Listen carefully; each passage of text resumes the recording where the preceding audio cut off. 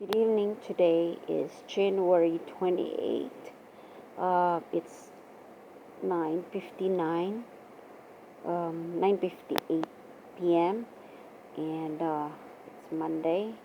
And tomorrow or early tomorrow morning, it'll be -4 Fahrenheit. So that's kind of freezing cold.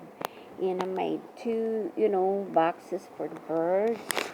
Like that, that's the I'm gonna double wrap it with this holiday that's back to back.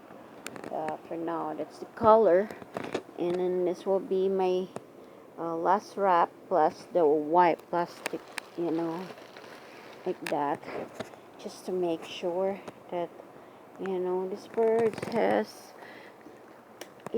place to go. And I bought some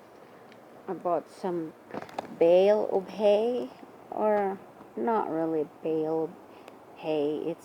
It's just a roll. I think it's like $20. So I put some aluminum tape.